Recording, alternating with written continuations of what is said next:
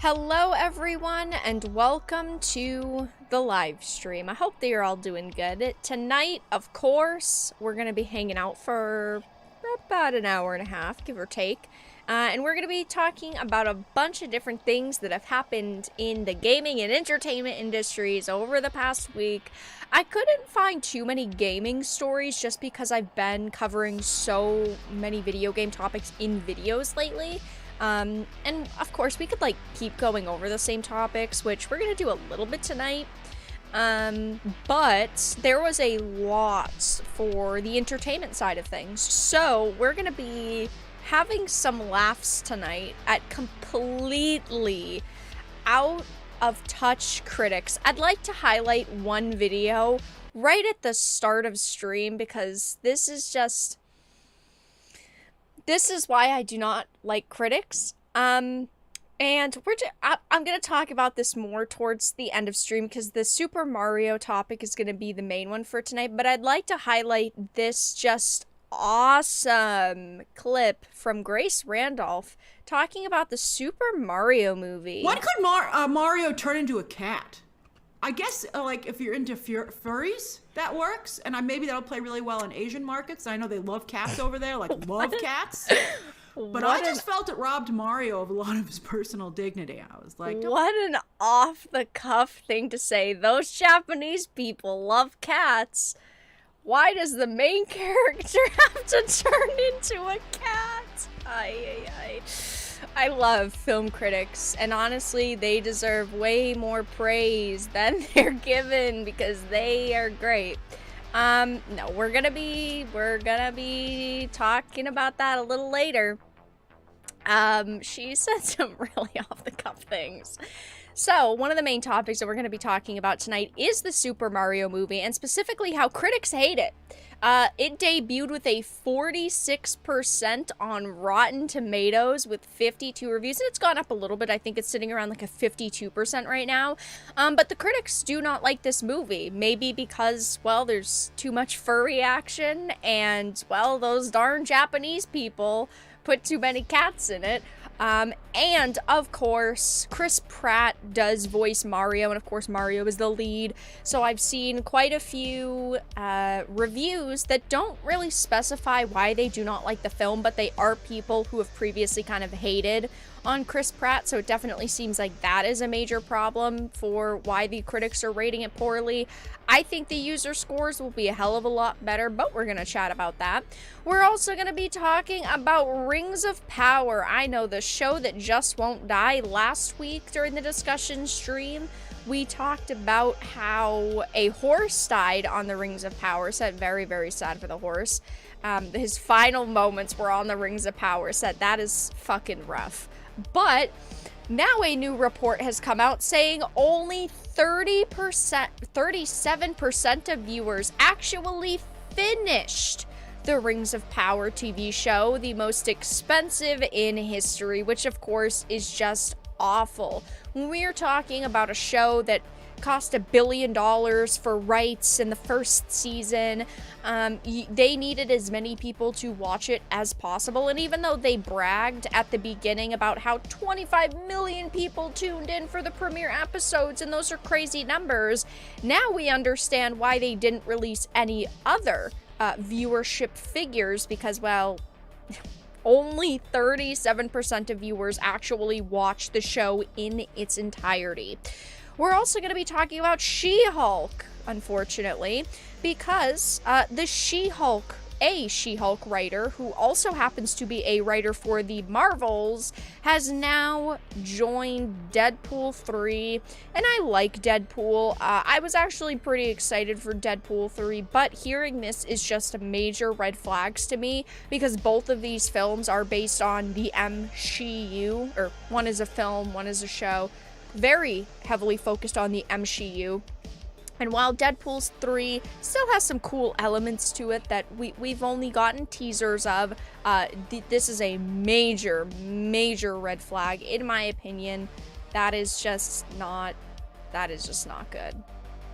And what else are we going to be talking about? Oh, we're going to be talking a little bit about Dungeons and Dragons because Margaret Weis has decided to come out and basically attack the Dungeons and Dragons movie. If you do not know who Margaret Weis is, she is one of the creators of Dragonlance. Very cool.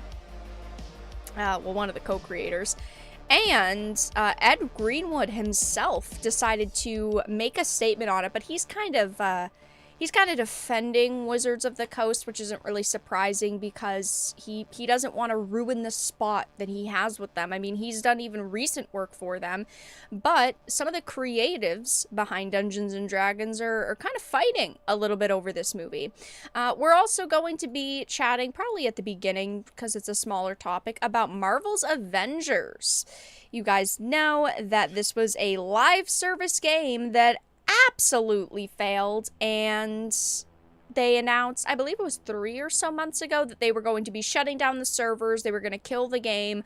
But before they did that, they decided to give every single player every item for free, which has caused massive controversy.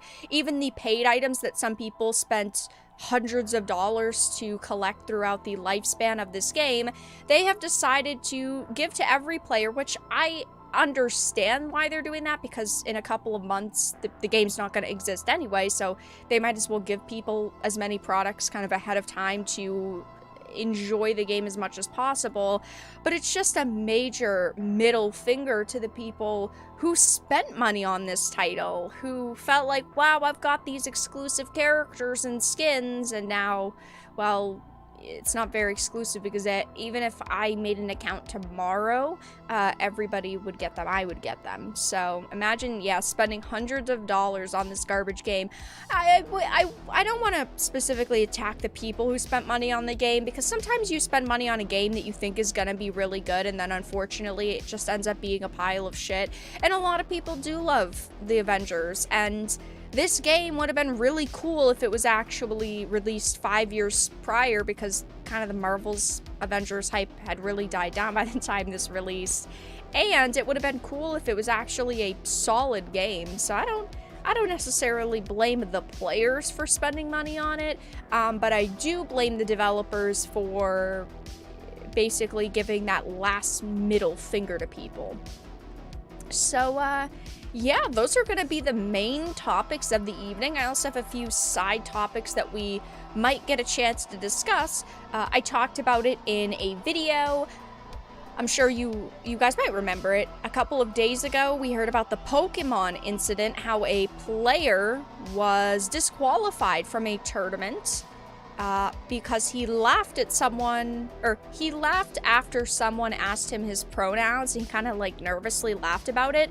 And Pokemon has decided to make a statement about it, but this is like a Blizzard Blitzchung response. You know how Blizzard came out and had like this long speech about respecting players and the esports scene, but they refused to directly apologize to Blitzchung or even say Blitzchung's name.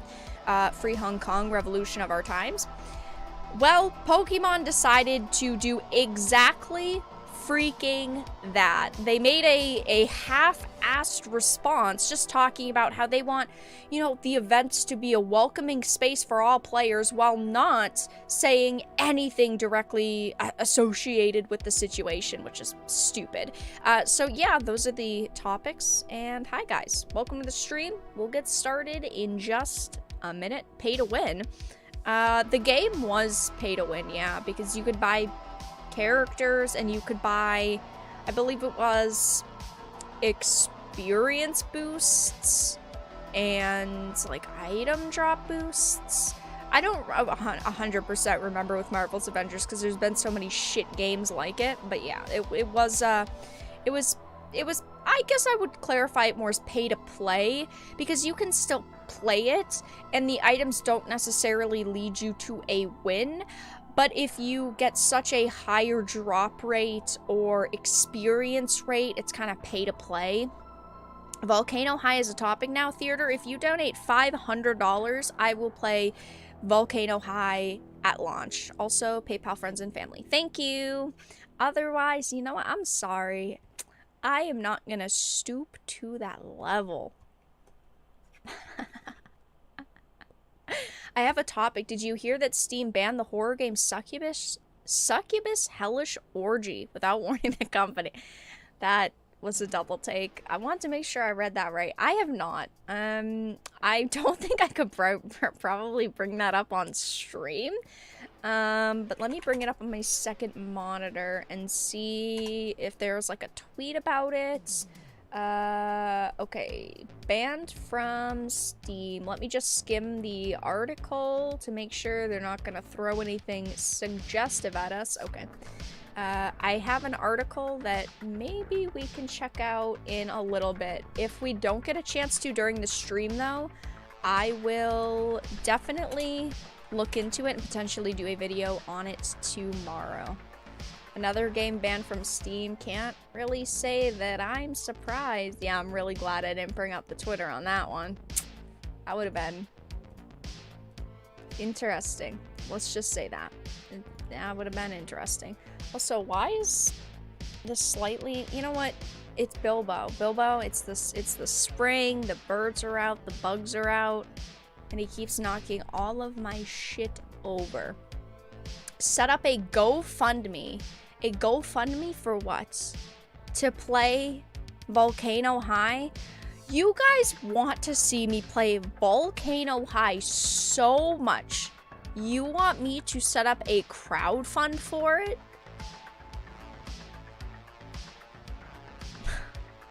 Ay. You guys are just trolls. You guys are just trolls.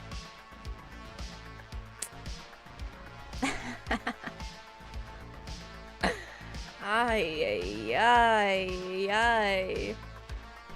Alright, guys, let's start off the stream with the first topic, Marvel's Avengers. I've had to talk about this game a lot, and I cannot wait until this shit dies because it drives me absolutely insane.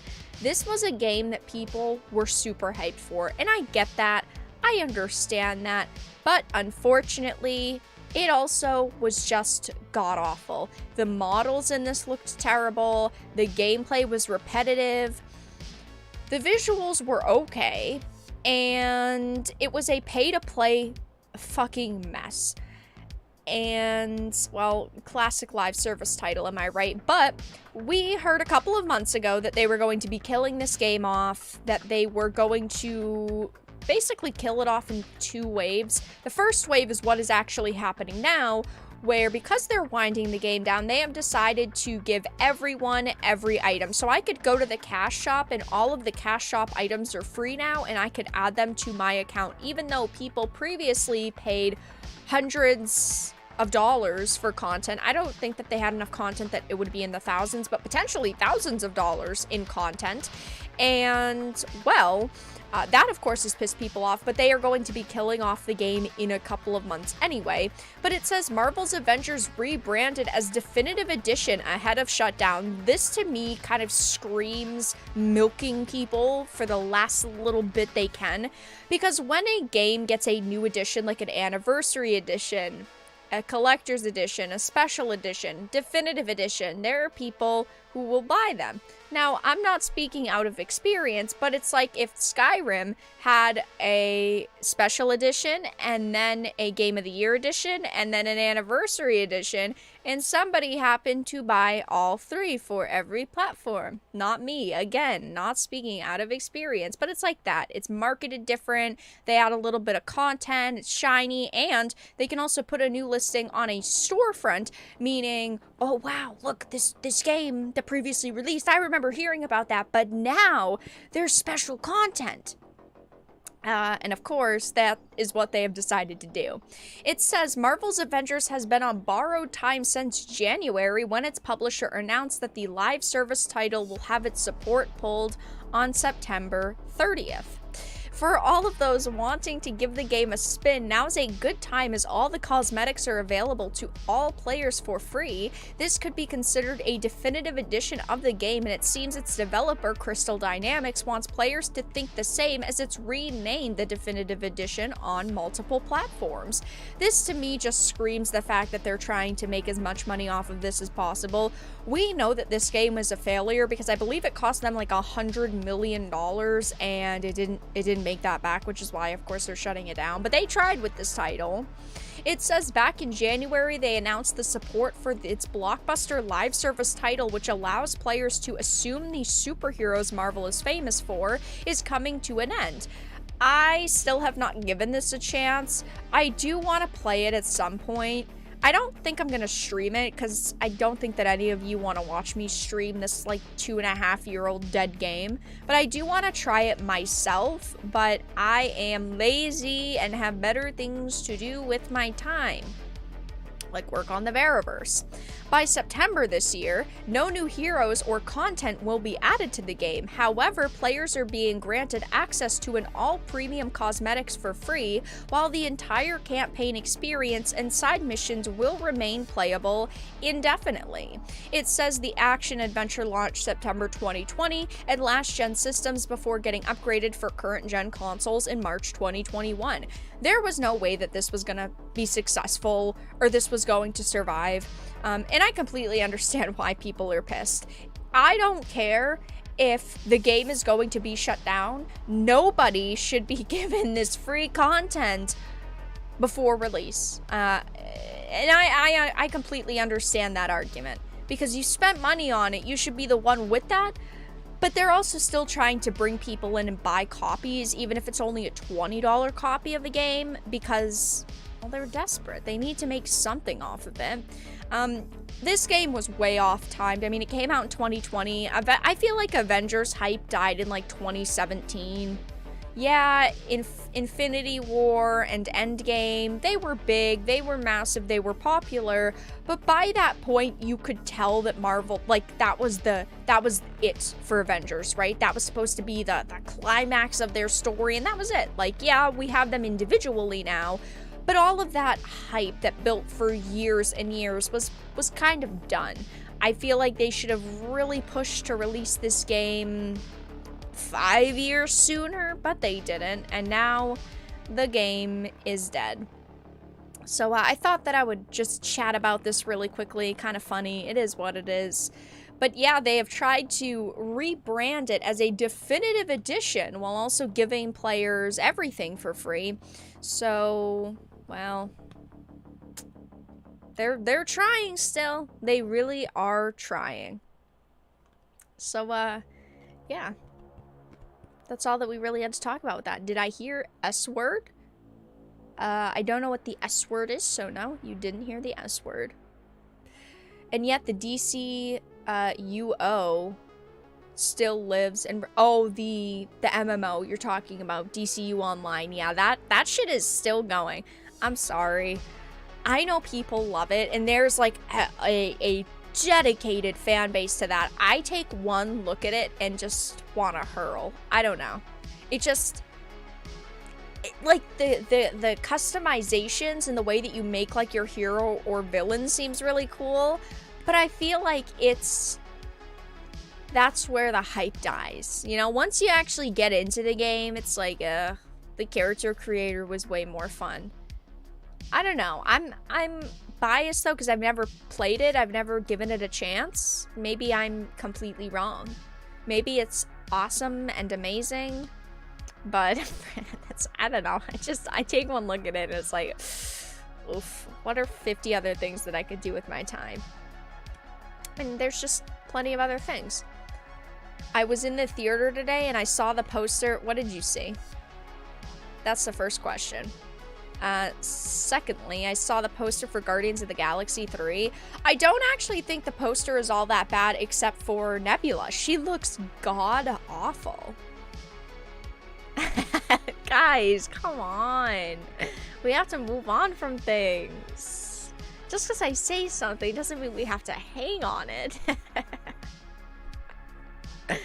Ay. DC Online felt weird just making a character. I can be a tech guy with plant powers.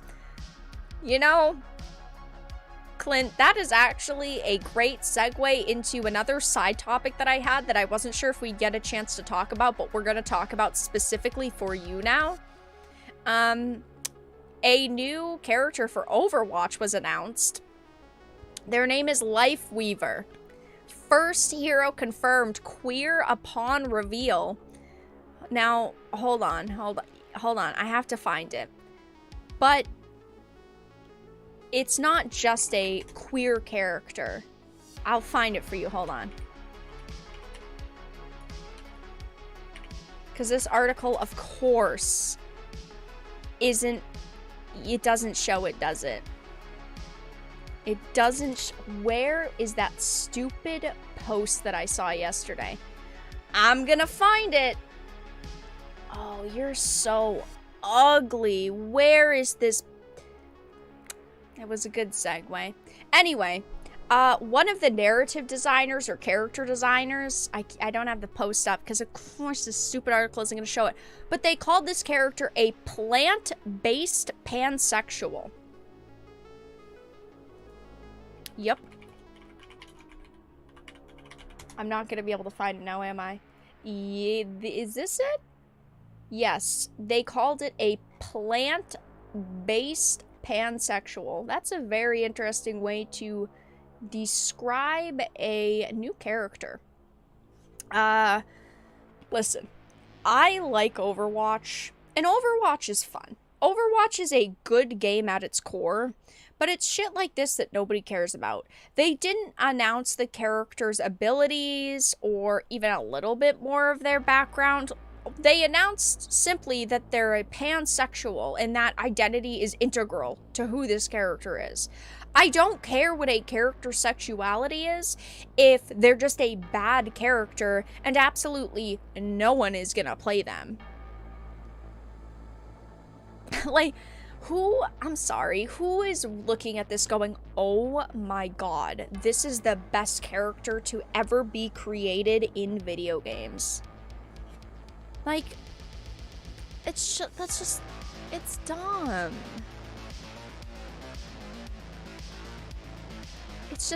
It's pointless. And, funny enough, of course, they announced this, everything is good and fine, but I have another tweet that I'm gonna bring up really quickly. I have it on my phone.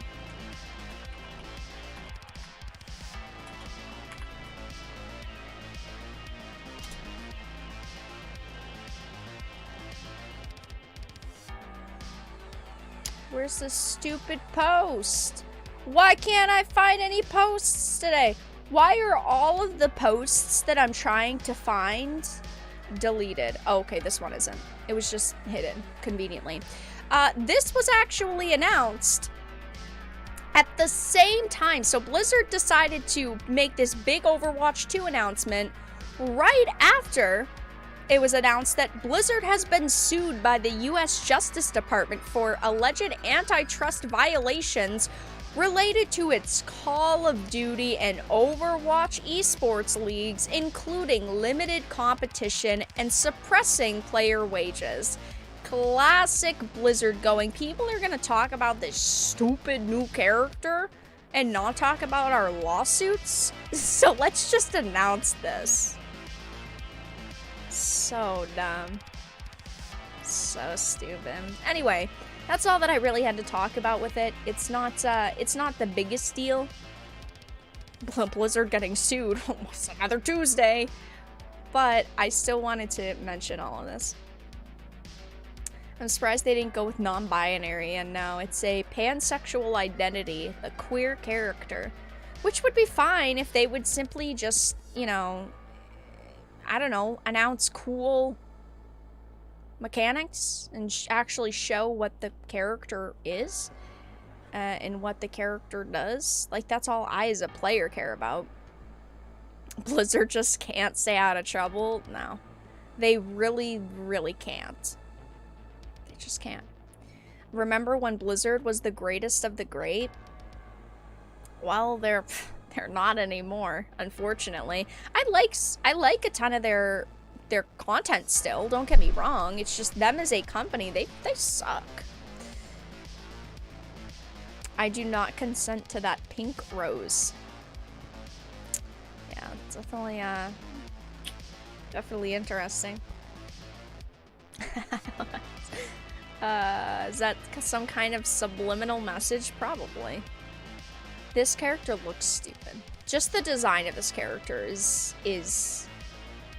dumb. So, yeah. Anyway, now we get to talk about the Dungeons and Dragons movie for a few minutes. This is going to be a relatively quick topic. But you guys know, I've been covering the Dungeons and Dragons movie. It released. It did pretty bad at the box office for opening weekend. Nothing compared to what the Super Mario movie is apparently going to do. Apparently, the Super Mario movie is supposed to open to 225 million, and this opened to 70-ish globally, 38 domestically. But there's been some kind of drama surrounding it. So Margaret Weis decided to put up this tweet. Now, if you do not know who Margaret Weis is, she is one of the co-creators of Dragonlance.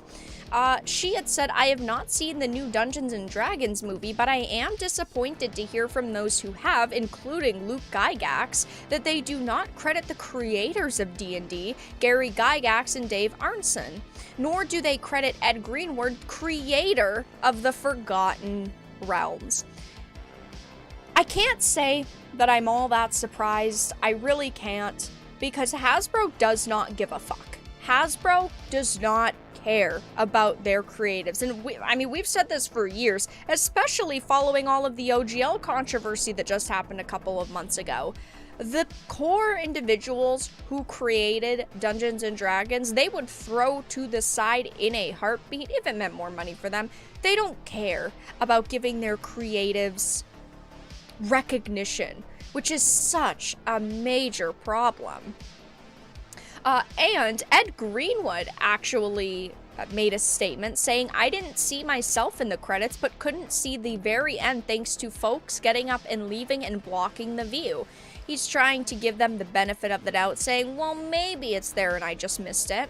Did see Kim Moan's name and teared up because we just lost him, but I did see my realms brought to life on the big screen shared with the world, and that's what matters. If folks who never knew about Dungeons and Dragons or worse thought of it as that satanic game go away from the theater thinking, okay, so that's what kids were playing down in the basement, neat, okay then. I want a movie all gamers can be happy with, not feeling they have to defend, and I got that. I will be going to see it again, taking friends and taking family, and I'll probably enjoy it every time. Now, it is important to point out that Margaret Weis was the first one to point this out, and Ed Greenwood only really responded after her posts because she herself is the co-creator of Dragonlance, and she had to sue them to get a book published, and Wizards contracted her and Tracy Hickman for the other creator of Dragonlance. So, yeah. She had to, both of them had to sue. And they did get a book deal. They got 3 books and only one's released. But it is important to point out that, you know, she's the one who pointed it out. I mean, she has had her trouble with Wizards of the Coast and had her day in court with them. And plus, they won. But Ed Greenwood kind of defending Wizards of the Coast and giving them the benefit of the doubt isn't really that surprising to me. First of all, his post is so dated. Okay, he points out satanic panic and people viewing the game as satanic.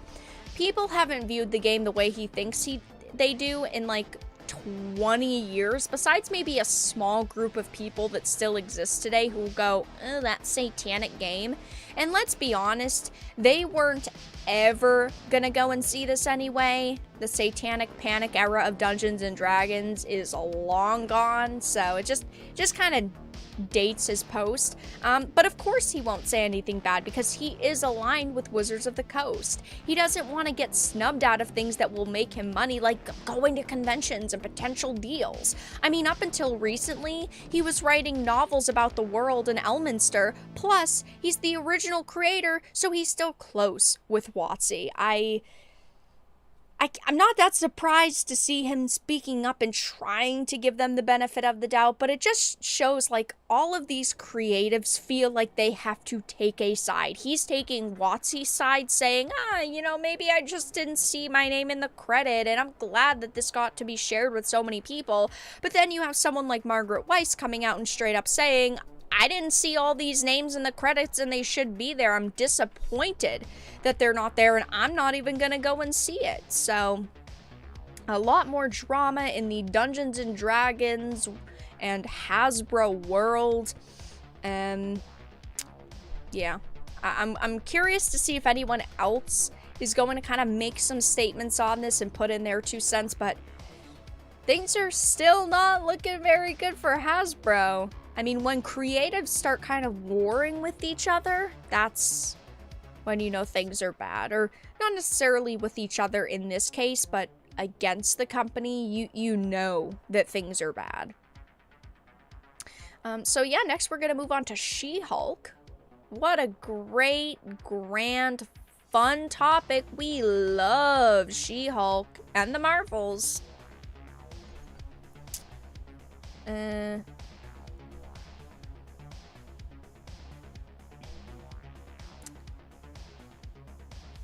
Isn't this a kind of goofy version of Forgotten Realms? Is it really the Forgotten Realms then? The movie, Honor Among Thieves? It is a very kind of goofy Dungeons and Dragons film, so yes. Now D&D is racist and probably sexist. Yeah, it's sad what Wizards of the Coast and Hasbro have been doing and trying to, like, make Dungeons and Dragons politically correct. It's not just the companies, but it's also the creatives that they're hiring, which is absurd. I mean, I don't think they're gonna change anytime soon, but yeah. Justice for tabletop gaming. It is pretty sad, the state of tabletop. I mean, obviously there are alternatives to something like Dungeons and Dragons, and even things like Magic the Gathering, but they're still, well, I wouldn't say they're still great, but they once were the very best, and it is sad to see what has happened. So much for Deadpool 3. Yeah, I was really disappointed to hear about this. Maybe it'll still come out, and this will be really good. Fingers crossed. But they definitely have given me a reason to be worried about the film now. I don't like to judge things prematurely, okay? Because Deadpool 3, we know very, very little about it. We know some of the casting decisions that they've made, some of the characters, obviously, that are going to show up, like Wolverine. But we don't know everything surrounding this film. And I want this movie to be good. This is one of those few films that I don't want it to release and be shit. I don't want any movies to come out and be awful, but at the same time, I understand that like 70% of them are going to be bad. But we just found out that the She-Hulk and Marvel's writer, Zeb Wells, has joined on to Deadpool 3, which is just major red flags everywhere. So it says, according to Deadline, Wells has been tapped to co-write the script for Marvel Studios' Deadpool 3 alongside Paul Wernick and Rhett Reese, the latter two of whom wrote Deadpool and Deadpool 2 for 20th Century Fox. So I will give them credit here that yes, they brought back those two individuals who have previously worked on the other Deadpool movies, who probably feel pretty passionate about Deadpool. Maybe they have had a very clear idea of where they've wanted this film to go in the direction, and I'm glad that they are being brought back. I do wanna say that that's good, but then we get into the news that sounds really bad. The duo of Wendy Molyneux and Lizzie Molyneux-Loughlin wrote a previous draft for the MCU set Deadpool threequel before Wernick and Reese were ultimately brought back into the fold. Wells is a Marvel comic writer known for his work on titles such as Amazing Spider-Man and New Mutants. Wells is also no stranger to the MCU, having written episode 7 of She-Hulk, Attorney at Law. He even made a cameo in She-Hulk's 9th and final episode, along fellow Marvel Comics writer Cody Ziegler, who scripted episode 8. I'm sorry, I'm not trying to dunk on anyone specific, but it is so cringe. 9 times out of 10, when a creative, whether it is a full-on creator or a writer or a director, puts themselves into a movie. It's like Taika Waititi directs a movie and then is a character in it. I am sorry, but that is cringe. I hate that. Oh, that gives me the ick. I hate that, and that is what this individual did. Wells also co-wrote the upcoming Marvel Studios film The Marvels, which is scheduled to hit theaters this November as a sequel to 2019's Captain Marvel. So there are some major problems here. I mean, obviously, as we've pieced together, this person is in the trenches of the MCU. Stan Lee was one exception. There's a couple exceptions, Stan Lee being one of the most notable. That's why I said 9 times out of 10, because sometimes it can work, and for him it really did work. Props to him.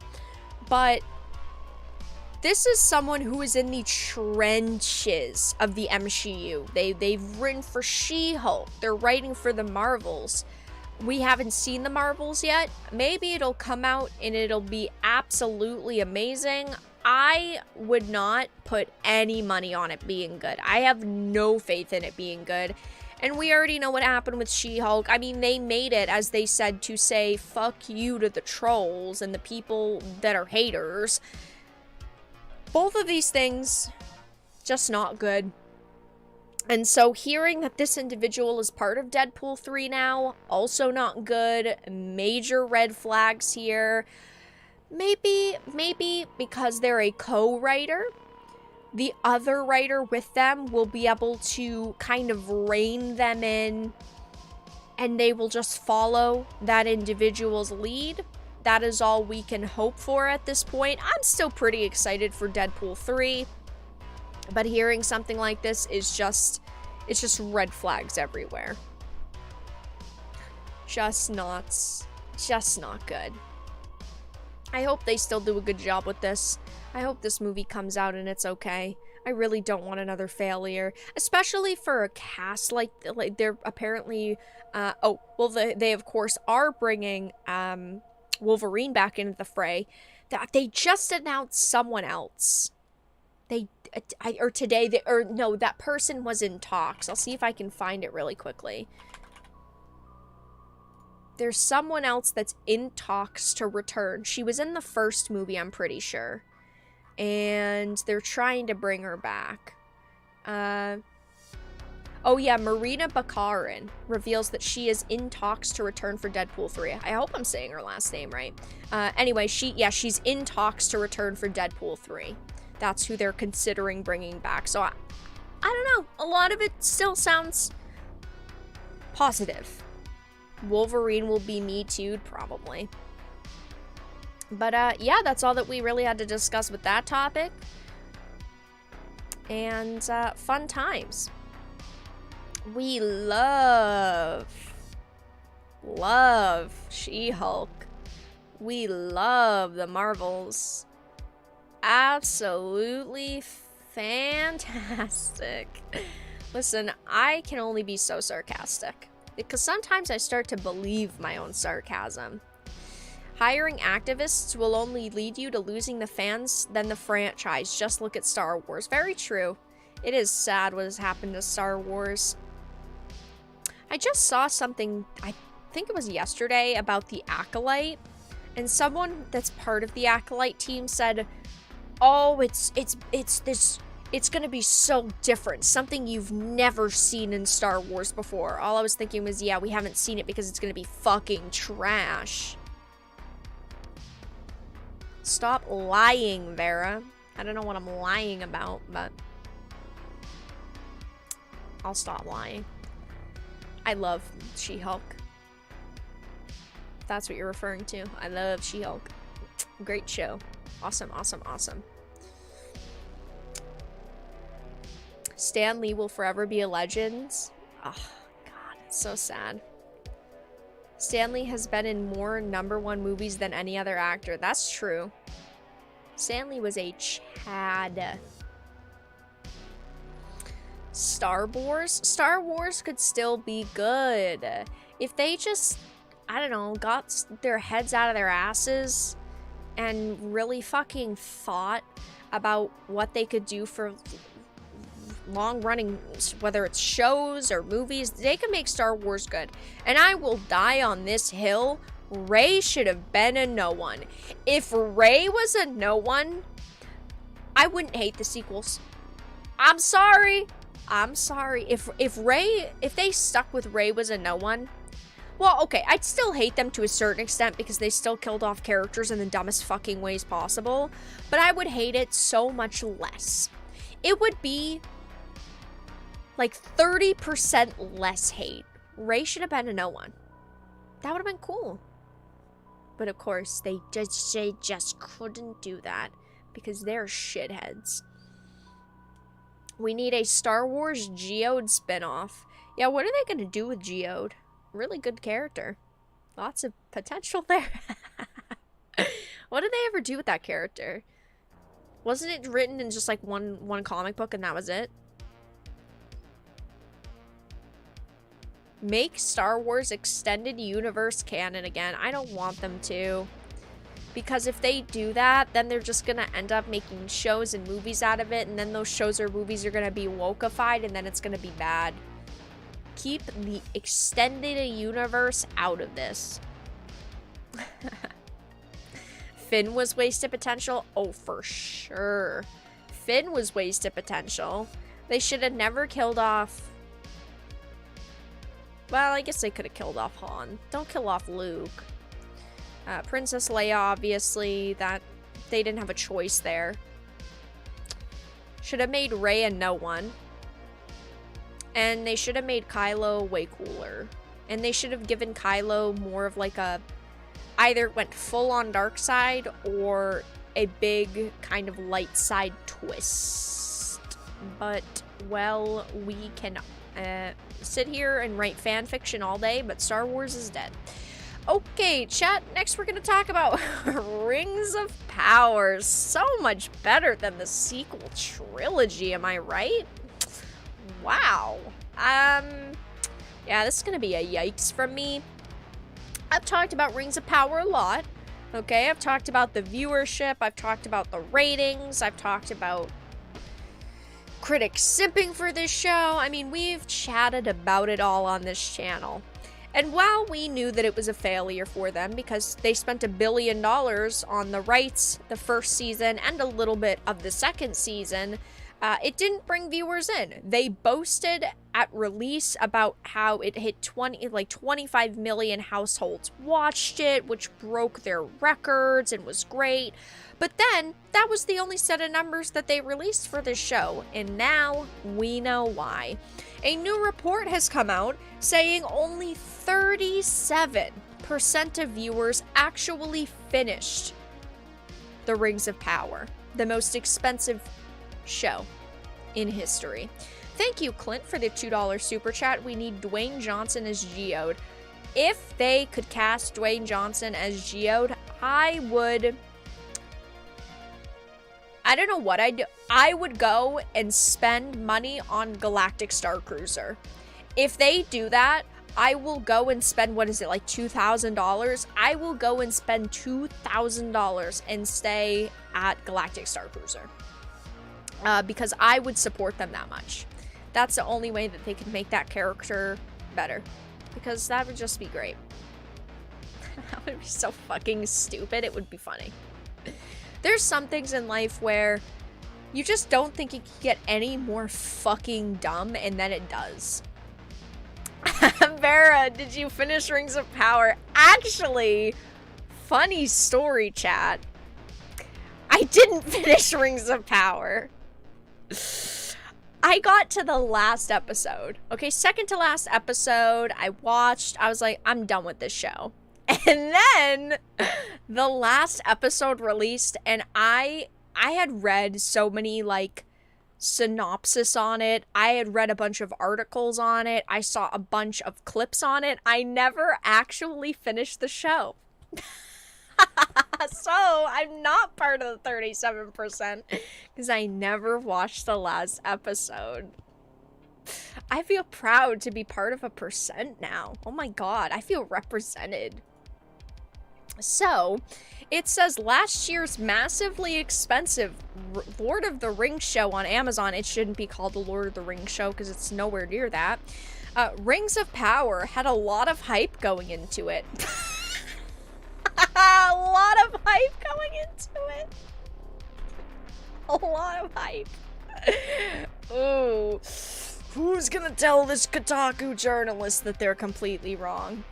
And after Amazon spent over $450 million on the lavish production, a report claims that fewer than half of viewers who watched the first episode finished the entire series. I didn't finish it. I still haven't watched it.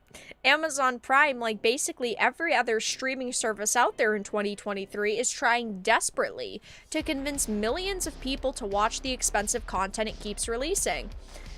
Biolithic, thank you for the $2 super chat. Congrats on being the 67%. I feel represented as fuck. I do not consider Amazon Prime Video to be a streaming service, and I don't want to fucking hear debate, okay? I don't care. I'm right. Amazon Prime Video is not the same as Hulu, Netflix, Crunchyroll, Funimation. It is not the fucking same, because I bet 90% of the people only use Prime Video because they pay for the Amazon Prime subscription because they want free shipping on stuff. And I would put my life on that, okay? I want to see the real numbers.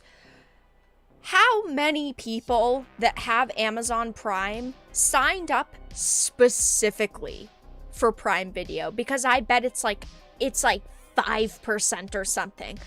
I have never heard of someone going, yeah, I paid for Amazon Prime because I wanted to watch their videos. Okay, I wanted streaming service.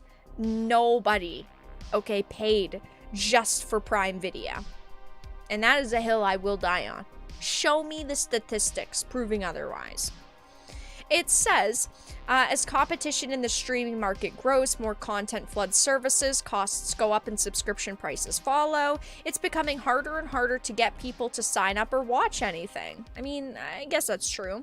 A report out April 3rd from the Hollywood Reporter makes it clear that Prime's TV and movie studio is a giant expensive mess. Yeah, because they never intended for this to be their main shtick. They sold products and then they said, oh, you know what? We need something else to add on to the Prime service to get people to maybe pay for it or find more of a reason to pay for it. And they were like, wow, streaming services like Amazon or like Netflix are making a lot of money. Let's just throw that on top.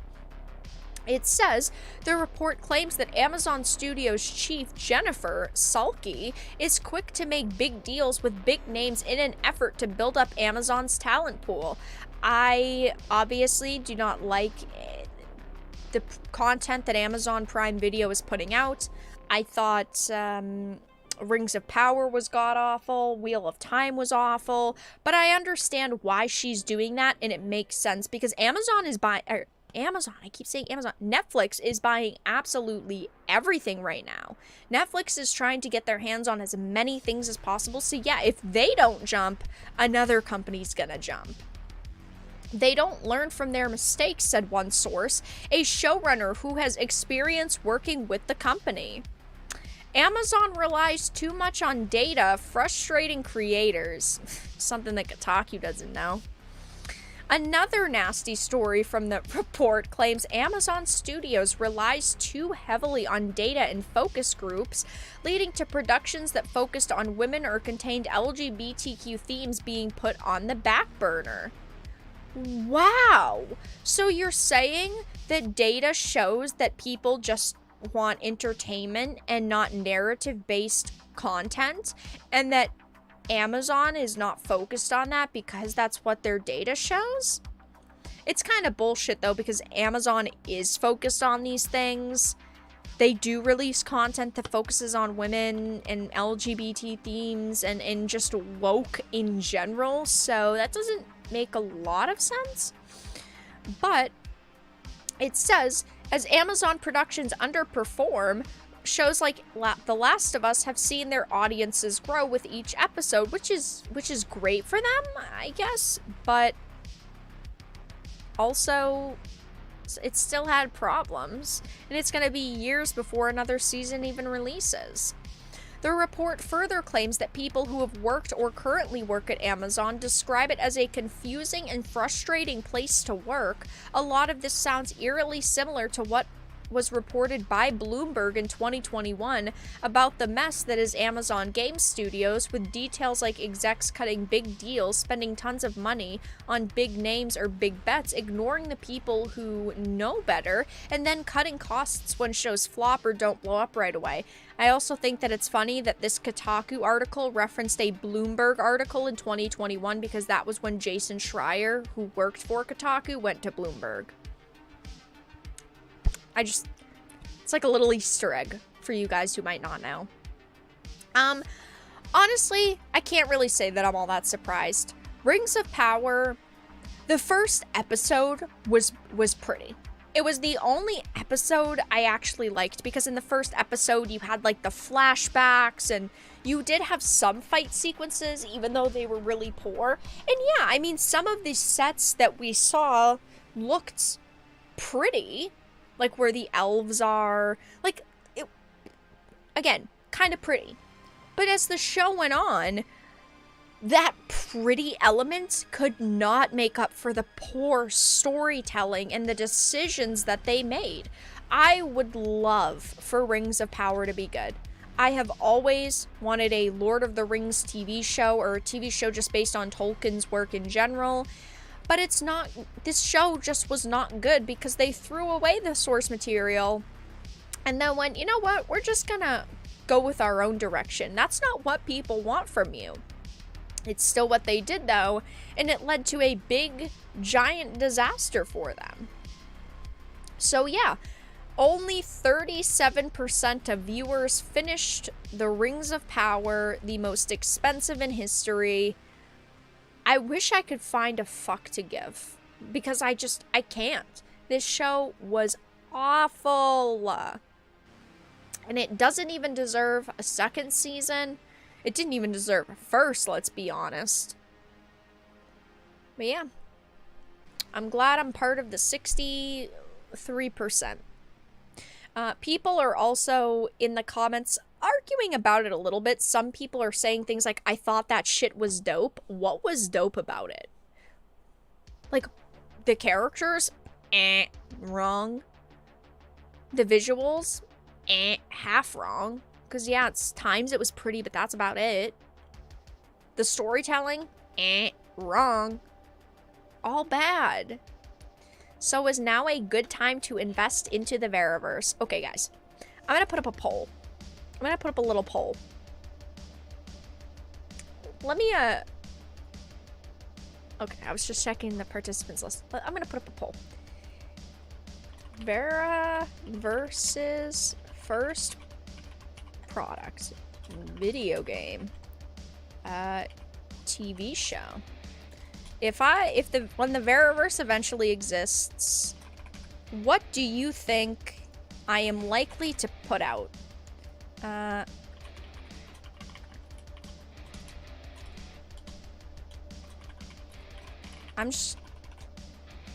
What do you think the first product I put out will be?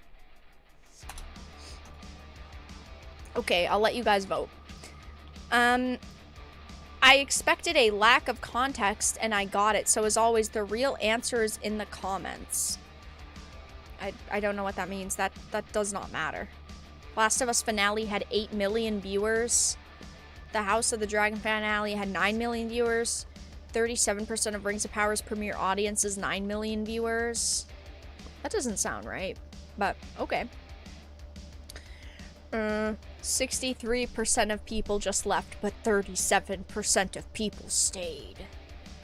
Absolutely not. Absolutely not. I finished it, but I spent most of it completely bored or annoyed. Visuals rule, but the characters suck and the story is padded or rushed for no reason. The only thing that was not an issue for me was the gender and race decisions bigots complain about. Okay. Okay, sure, whatever you say.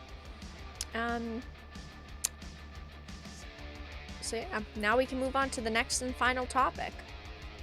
Let's look. 25% video game, 4% TV show / movie, 24% book, 44%. Listen, I'm sorry, guys. I'm sorry. I put the waifu content there to throw you off because I knew you all would vote for it.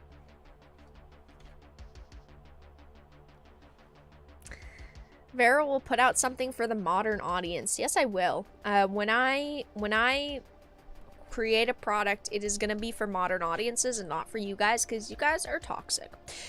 Really quickly, before we move into the next topic of the evening chat, if you are enjoying the live stream, make sure to give it a like. If you're not, give it a dislike. Check out the links in the description and the pinned comment. Follow me on social media, join our Discord. Donate via Streamlabs, a notification will pop up. Donate via Super Chats. I will personally thank you or consider becoming a member or a Patreon. Also, if you want to support the channel, over on the Amazon wishlist, I have upcoming games, tech equipment, lots of different things that you can donate. Thanks for being here. We took the bait. Vara knows us all too well. I knew that putting one specific one would throw you guys off and everyone would vote for that one specific one. But yeah, if you're enjoying the stream, give it a like.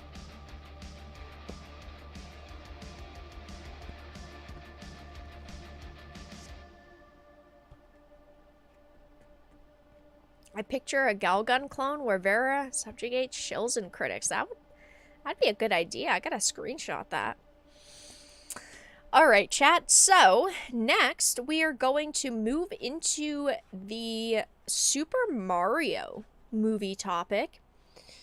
Now, this is a film that I've been excited for. I've been worried. I've covered it in a couple of videos and a live stream or two, and I have been kind of worried about it because we've heard a lot about a strong new Princess Peach, and the writers behind this movie had said that they went into this wanting to create a modern Princess Peach, which whenever we hear the term modern or a new version and they specified their version of this character, the red flags were flying. And I think that people are going to love this movie. I think it's going to be successful. It's predicted that on box office opening weekend, which of course is this weekend, it is going to make $225 million worldwide, which is a giant number for a movie, and I see it doing that. But the critic scores are now out, and it is not looking good. The Super Mario Bros. Movie debuts with a 46% on Rotten Tomatoes from 52 reviews. I always say this when we talk about the critics. okay? I do not trust film critics. Most of the time, they don't know what they're talking about. They're completely out of touch with the audience, and their reviews a lot of the time are very different than what a consumer review would look like, and I think that that is going to happen here. I think the critics are giving it a bad score. I think the audiences will love it. These people clearly do not understand Mario at all whatsoever, and a big part of this, I do truly believe, is Chris Pratt. I like Chris Pratt. I think that he's a good actor. He seems like just a genuinely good guy as well.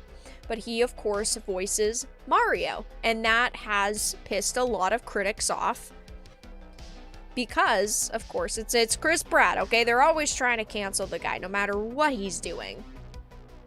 And, yeah, the critics kind of hate the Super Mario movie right now. So heading on over to Rotten Tomatoes, reading just a few of the scores. Perhaps plays it too safe on its first level, but secondary tiers, one of which is teased at the very end of the credits, will hopefully make way for further world building and a more confident mentality in not having to submit to fan service. Ding, ding, ding. Let me get my bingo sheet out, okay? Fan service? That's bad according to the AU review. Never heard of you guys before. They give it a 3 out of 5. So they're saying that it's not awful. They just think another movie will make it better.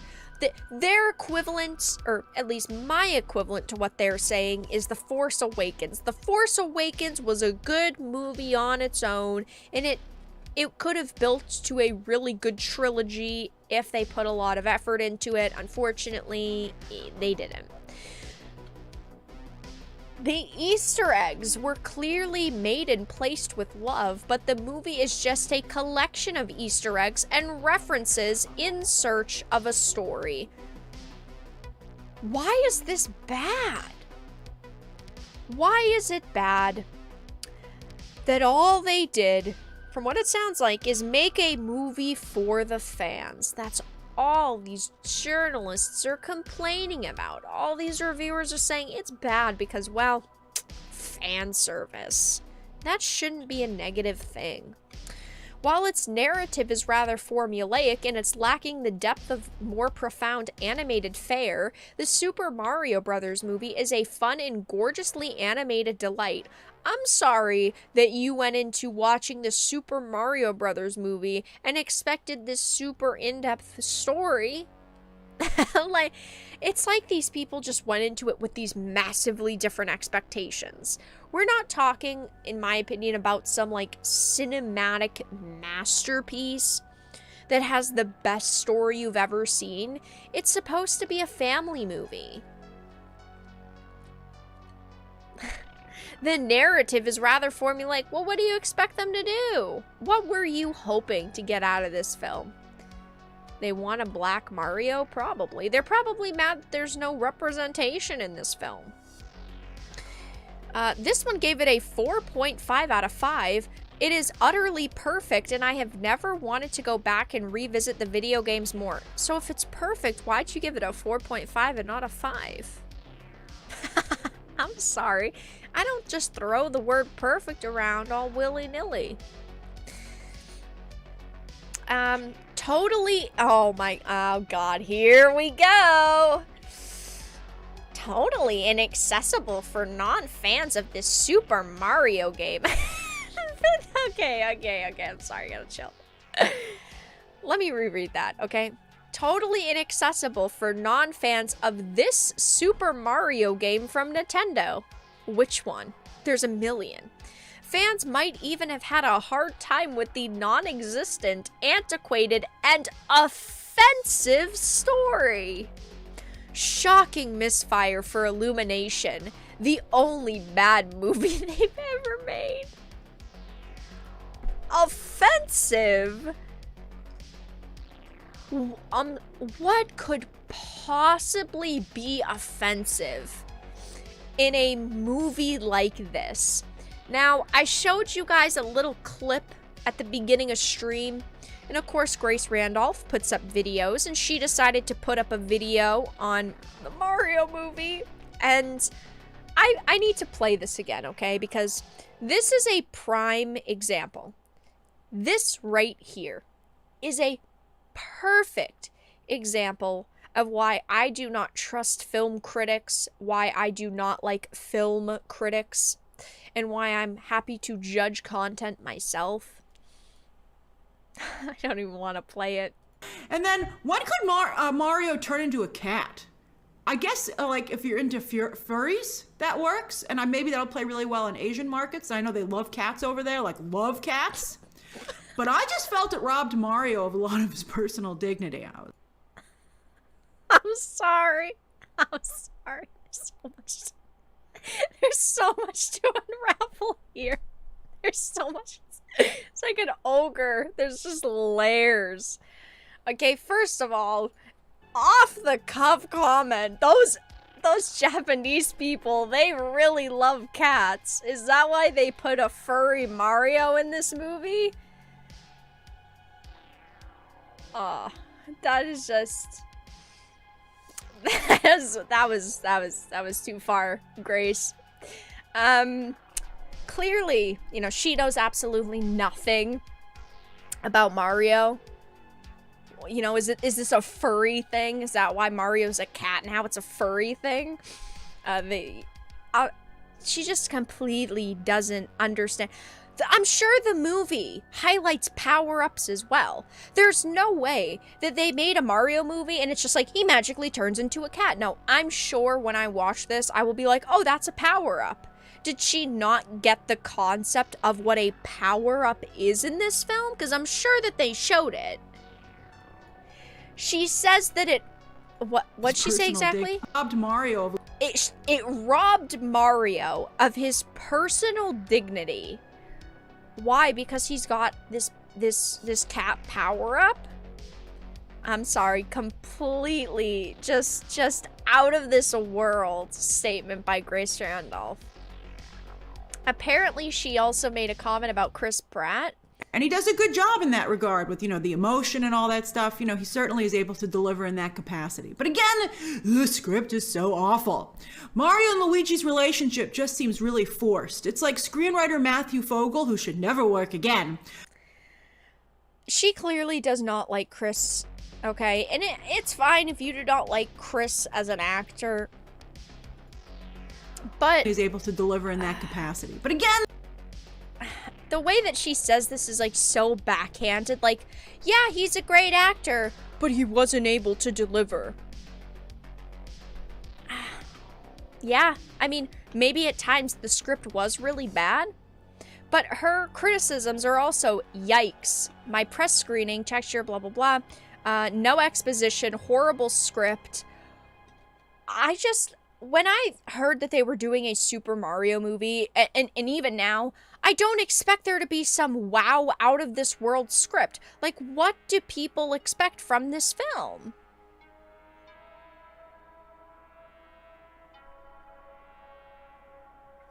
Yikes.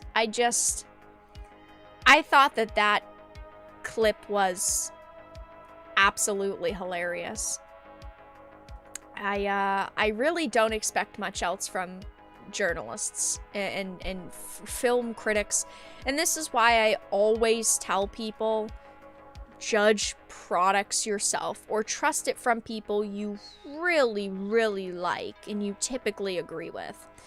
But it also says the somewhat offensive story. I have not listened to her video because I'm pretty sure she puts up like videos on every movie that she reviews. I have not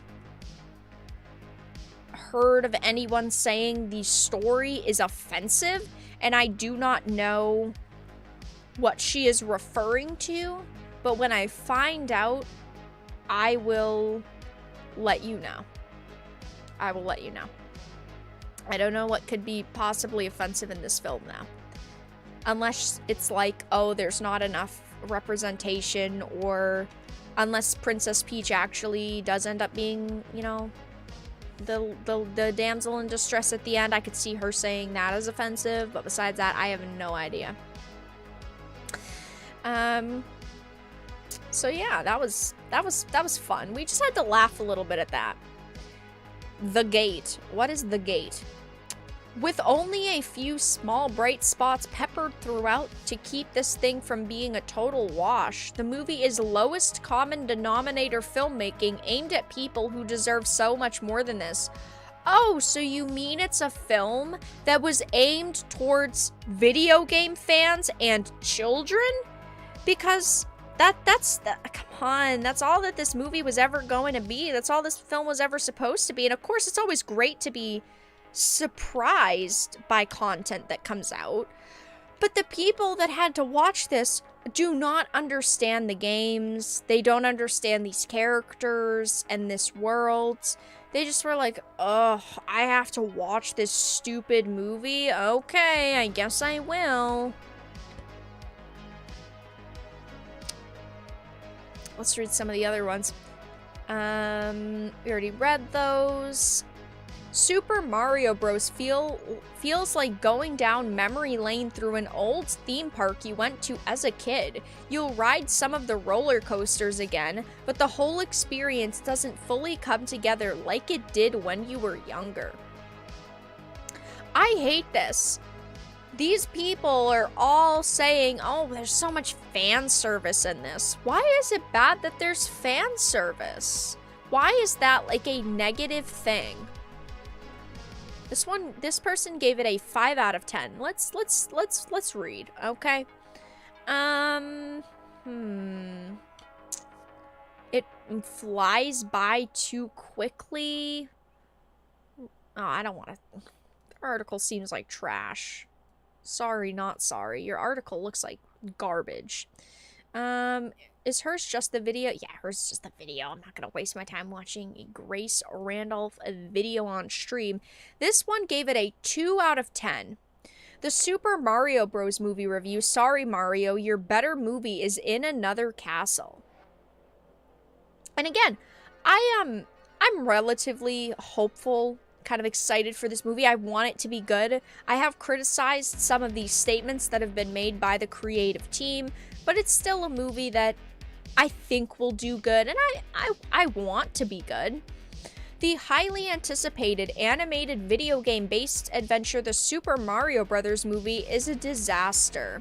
It's not necessarily worse than the much rivaled live-action adaptation of the same beloved Nintendo property from the 90s, but the movie certainly doesn't do much to improve on the sewer-low bar set for it. With only a few small bright spots peppered throughout to keep this thing from being a total wash, it is the lowest common denominator filmmaking aimed at people who deserve so much more than this. Outside of the youngest of children grammar?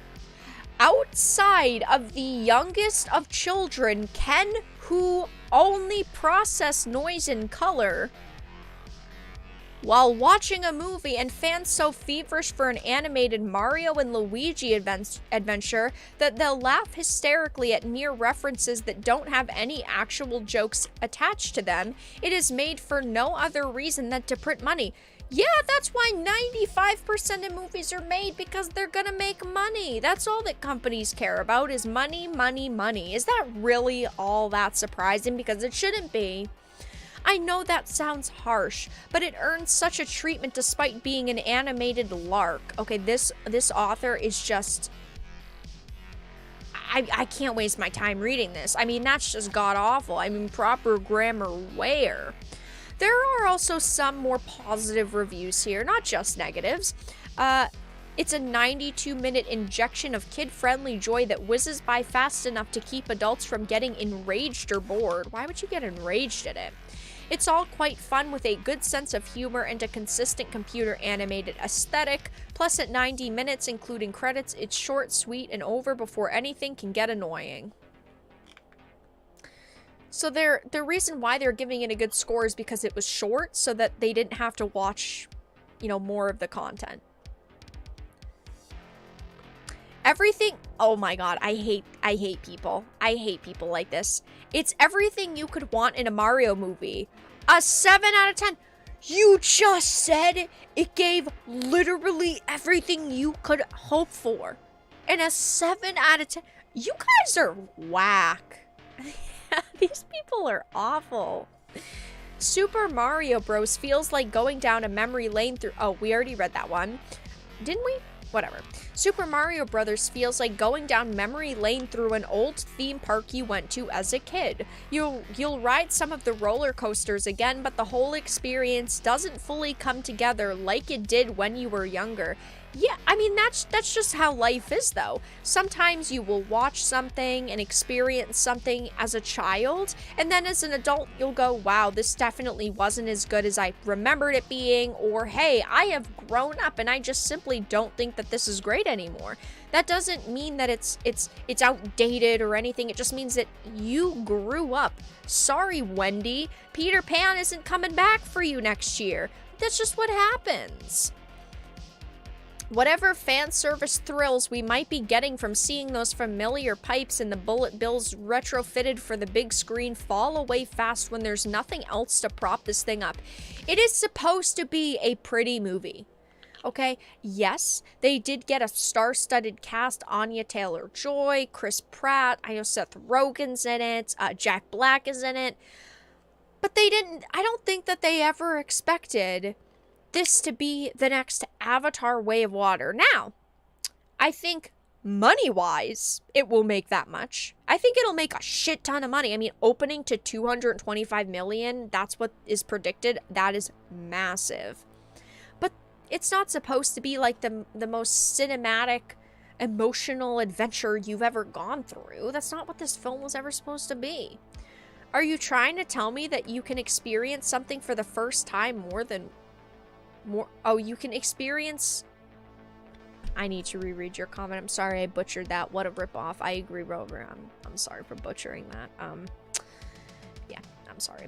It's a perfect movie, 8 out of 10. Like, yeah, like, how does that make sense? They say it's basically perfect, but give it a 7 or an 8. It's either perfect or it's not. It's as simple as that.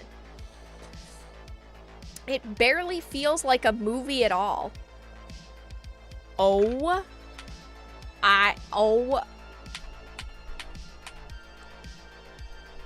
The more reviews I read, the more infuriated I fucking get. The Super Mario Brothers movie, which, may I add, is based on a video game, barely feels like a movie at all. In fact, it often feels as though you're watching a video game.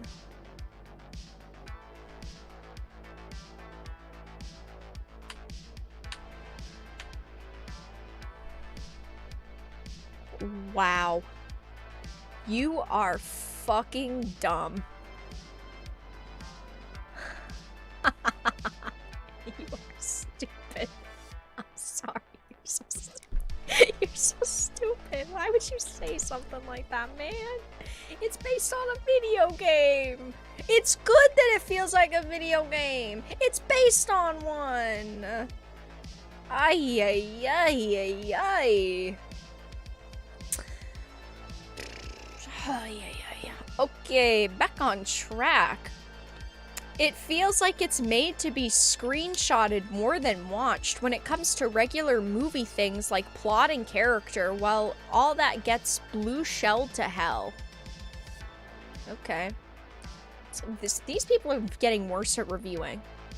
In the end, it feels like one long commercial. Sure, I walked away wanting to revisit my old Mario games, but I also walked away with no wish to ever again hit play on the Super Mario Brothers movie. And that's fine. I don't think that they ever expected people to watch this 3 or 4 or 5 or 6 times, unless of course you're a kid and you think that this is really cool. I think that ultimately, yeah, they expect you to go to the theater, see it once, and that just kind of be the end of the day. That's all you get at the end of the day. They say it feels like one long commercial. I'm sorry, but a lot of movies feel that way. Even something like Frozen, right? It feels like one big Disney commercial. Because you know that they put catchy songs in it so that kids would buy toys with that song and it would get streamed online. Oh, they create these really pretty princesses. Oh, so that you end up having your kid wanting you to go and buy them the doll and the movie on Blu-ray because they want to listen to the song, and pretty dresses so that you go and buy a doll. Like, that's just how it goes. You could look at any single product and go, wow, this feels like a long commercial.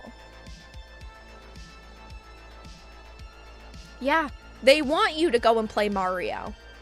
They want you to go and enjoy those games because they're awesome. My problem is that these critics, okay, they don't even deserve to be called critics because they're so bad at their job.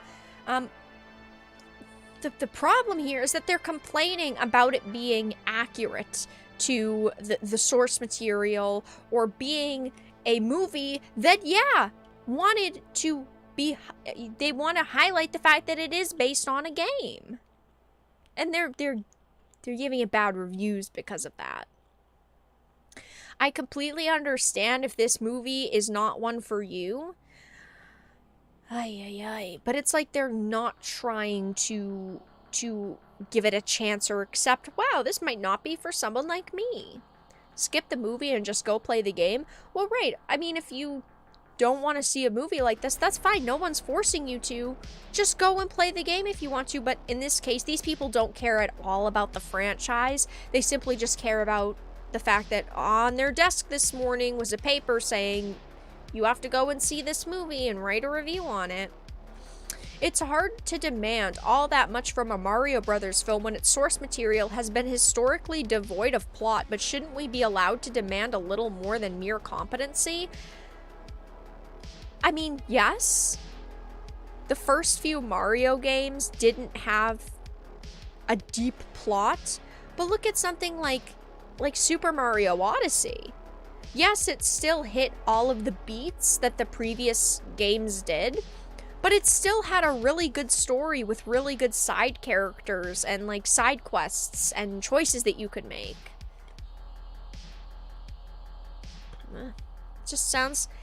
These all just sound like people who just don't get it. Whether or not this animated Mario effort was being carefully controlled by Nintendo or just living up to the low standards I see when it comes to films from Illumination, this is not the Super Smash success one would hope for. What else has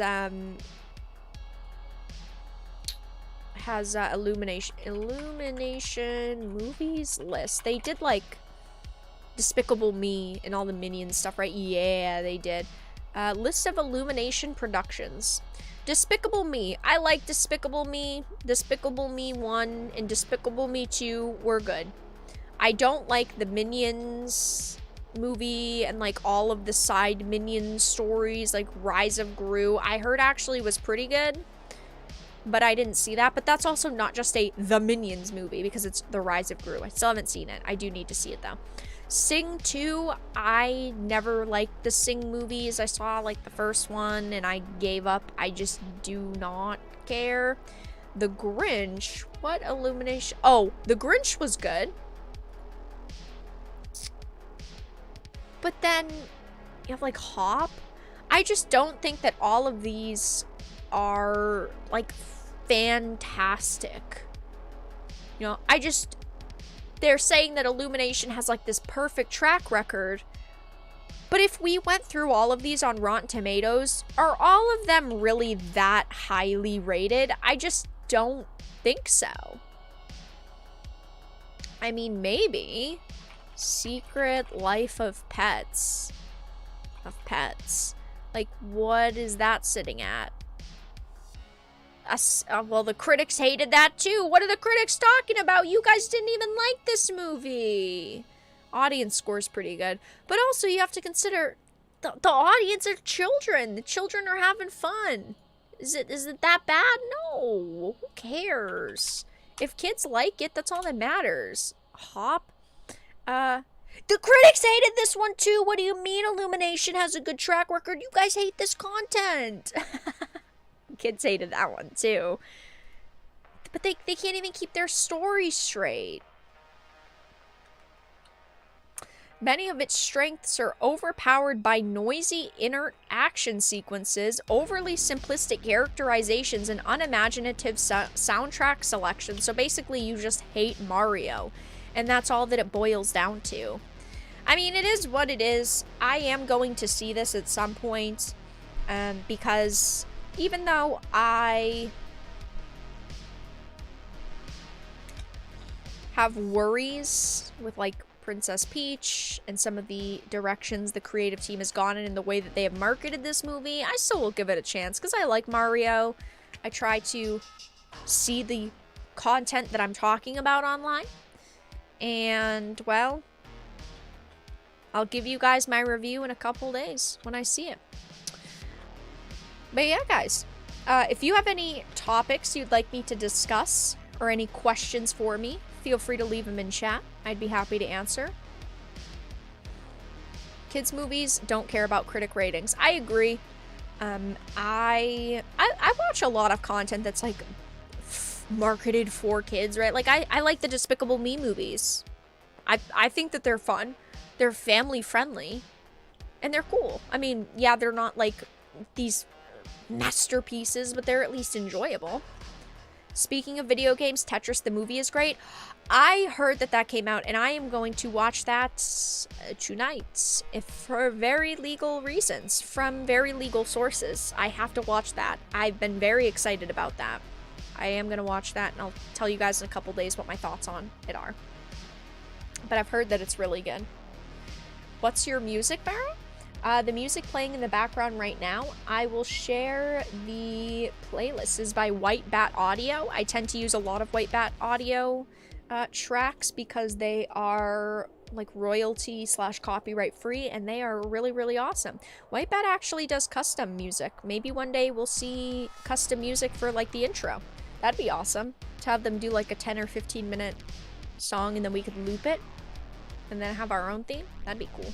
They do custom music. I have looked into it. Kids have terrible taste. You have terrible taste, Rover, because you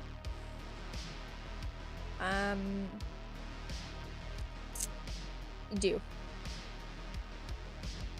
That's not true. Despicable Me was a fun movie. Despicable Me 2 was also fun. Despicable Me 3 was a lot. And then Despicable Me 4, which was a prequel, which was The Rise of Gru, I still haven't seen. I love the movie Tetris, no lie. I've heard it's really good. I am going to be watching it relatively soon. 12 years later, the Despicable Me franchise has earned more than $3.7 billion globally, making it the highest-grossing animated franchise worldwide, according to Deadline. Yeah, it doesn't surprise me. There's a reason why they've put out so many movies and products, because that also is Minions, right? So it's not just Despicable Me, it's also Minions, which had like 2 movies, a short movie, the 4 Despicable films. So there's a lot.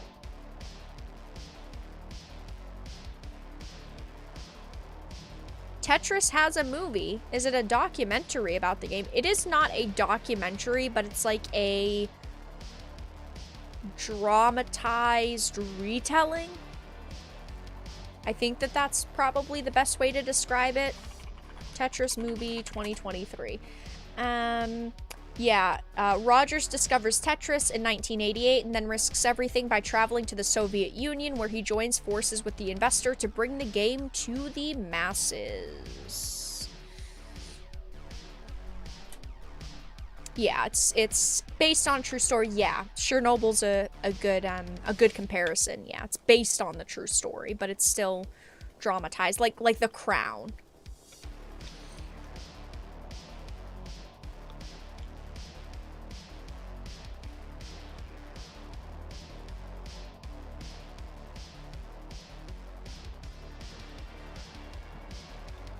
It's true. Kids don't know a damn thing.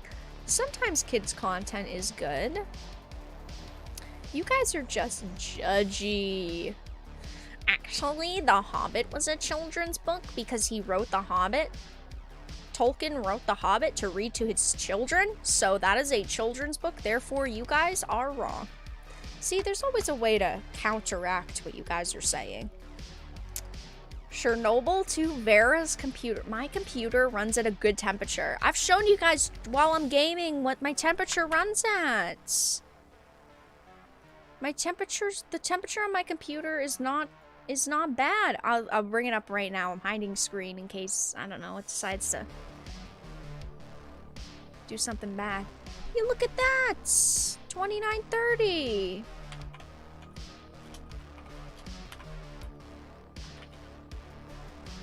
To Fahrenheit, that's only 84 degrees. Hey, Mario thank you, Mario. movie _ tickets donated $10 from selling one share of the Varaverse. From selling one share of the Vara. Well, thank you, Mario _movie _ tickets for the $10 donation. Much appreciated. Thank you, thank you. Chernobyl. Okay. Do you have a PlayStation 1? Yes, I do. I don't have one near me that I can just like, hey, look, it's right here, but I do. I have many, I'm sure.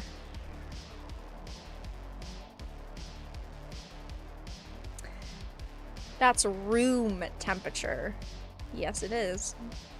That PC be chillin', and it's not even on overdrive. It's on like, cause you can set the fans to higher or lower. They're just on normal. They're cruising. That PC do be chillin'. But yeah, if you guys have any topics you'd like me to discuss, let me know. Now is the time. If you have any questions, also feel free to put them in chat. And thank you guys for being here. I really appreciate it. We talked about some good topics tonight. I have the I mean this, I guess it doesn't count. Hold on, let me grab it real quick. 2 seconds.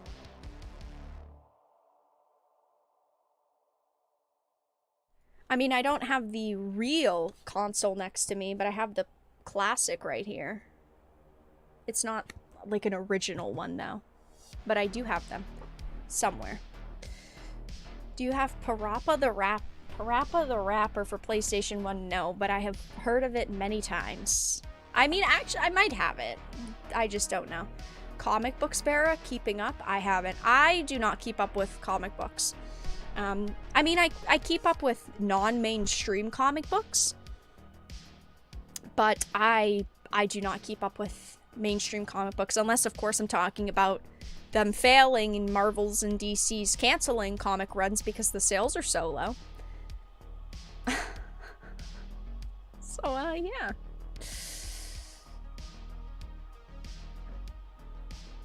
I have many consoles. I do. Did you talk about Blue Beetle? I have not really talked about it in stream. I may do a video on it at some point, but I feel torn with it because, of course, the end of it's the end where the Batman dialogue line is just so absurd. The CGI in it doesn't look bad though. Like, the CGI in that trailer actually looks relatively good.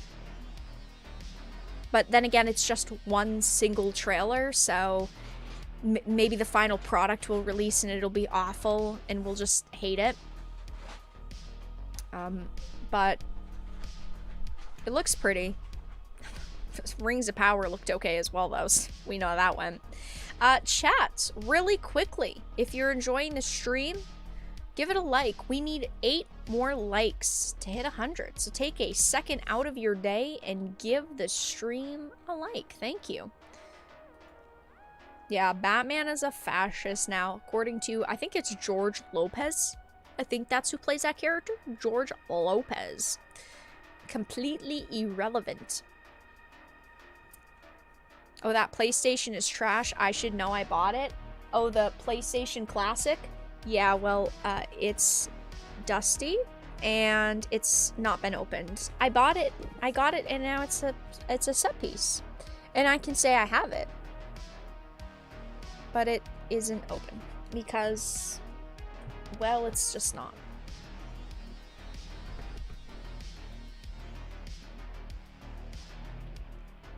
Don't tell me how to live my life. I don't know what I said to... Oh, because the likes? Oh, I wasn't sure. Thanks for looking at the Steam banned game topic. I will definitely take a look at it tonight, and honestly, it'll probably be a topic that I cover in a video. If I don't, then it will definitely be another live stream topic, but it seems like it's gonna be one that I'm gonna end up talking about in a video, so keep your eye out for that in the next probably day or two. Vara needs to hire Frosk as a maid. I know it's kind of dusty, but that is because I will be changing streaming rooms soon enough, and well, I'll dust it when I'm moving soon. Don't let Bilbo near the box. Bilbo doesn't climb anything because Bilbo is afraid of heights, okay? It usually sits up there on top of the printer. You guys can't really see what's back there right now, but he would never climb that. He's too much of a little baby for that. But alright guys, with that being said, chat, I'm gonna wrap up the live stream here. Thank you all so much for stopping by tonight. I do really appreciate it. Thank you for the donations, for the support. I will be live again on Thursday, chat. We'll be playing some games. I'm not sure what we're gonna be playing yet. I have a couple of ideas for games over the weekend. I was thinking about something like a Samurai Maiden or that Bayonetta Origins game, but the problem is that's both of those games are $60, and I just can't see myself spending $60 on a Bayonetta storybook game, no matter how cool it looks. You guys have asked me a lot to play Hi-Fi Rush, so we might also get a chance to play that. Not sure yet though, no promises. If you have any suggestions, put them in Discord in the content suggestion tab and I'll take a look. But yeah, I'm gonna wrap up stream here. Thank you all so much for stopping by tonight. I do appreciate it. Check out the links in the description. Join our Discord server, become a member, Patreon, support the channel because YouTube doesn't like the channel and it is what it is. And next stream will be on Thursday. Also, check out today's videos if you haven't seen them already. So guys, I'm gonna end the live stream here. Thank you all so much for stopping by and have a fantastic evening. Oh, Rover, you are so slow. Rover donated Rover. $50. You're losing your edge, Rover. Come on, Rover. You gotta time that better. I feel accomplished. Okay, that I beat you tonight. I beat your donation. Thank you, Rover, for the $50 donation right at the end of stream. You tried, and I give you credit for that. Oof. But your timing was just off. So, yeah. Thank you all. Rover, why'd you have to do that? Anyway, guys, check out today's videos. Join the Discord. Thank you for the donation right at the end of stream. Thank you guys so much for stopping by, and have a fantastic evening, everyone.